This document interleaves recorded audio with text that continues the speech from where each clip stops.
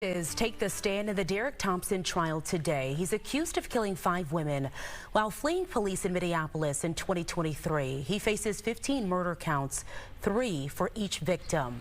Fox 9's Rob Olsen was in the courtroom once again today. So Rob, the aftermath of this crash caught on body camera footage was shown in court today, right?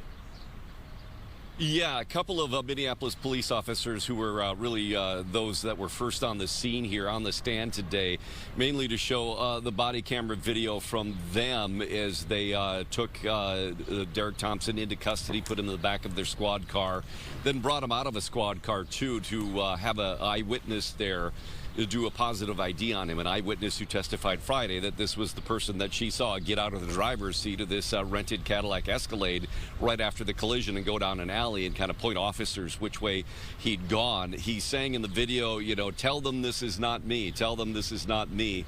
Also heard in the back of the squad car, too, saying, you know, I hope somebody can tell you it's not me soon so I can get on with the rest of my Friday night plans. That was the extent of that. But then after he's placed under arrest, you see him in the back of an ambulance, too, and his demeanor really changed. He was much more sluggish and out of it, and his paramedics and EMTs there were trying to give him medical assistance for injuries, which at first he claimed were old injuries. But again, the prosecution trying to show that he was also injured from this collision, that he was in that vehicle.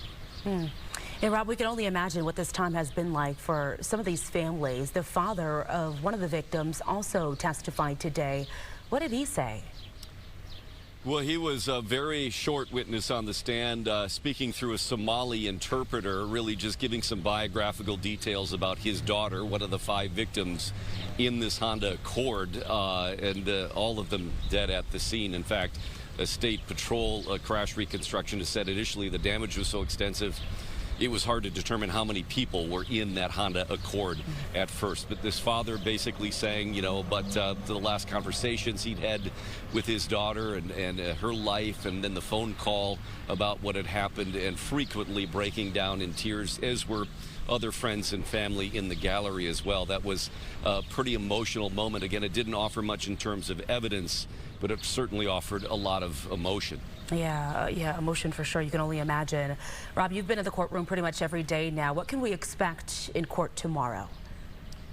Well, a lot more investigators, forensic scientists, et cetera, on the list. We've heard from a number already. In fact, a key one up today was, as I mentioned, from the State Patrol, showing videos of the Cadillac Escalade as it went up 35W, clocked at 95 miles an hour. Some other videos, too, of the actual crash, at that point going around 80, but clocked as high as 116 miles an hour, about 8 seconds before the crash.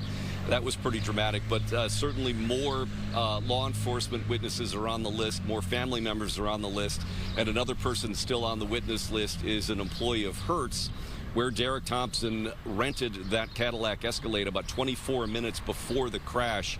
He was there with his brother, and the defense, really part of their strategy is to try to say that Derrick wasn't driving, that his brother was, and there's been a lot of back and forth about that. But we'll hear from Hertz, too, about the testimony of seeing Derrick Thompson get in that vehicle and drive away. Yeah, still a lot to get to, it sounds like. Thank you, Rob. Rob reporting on the Derrick Thompson trial.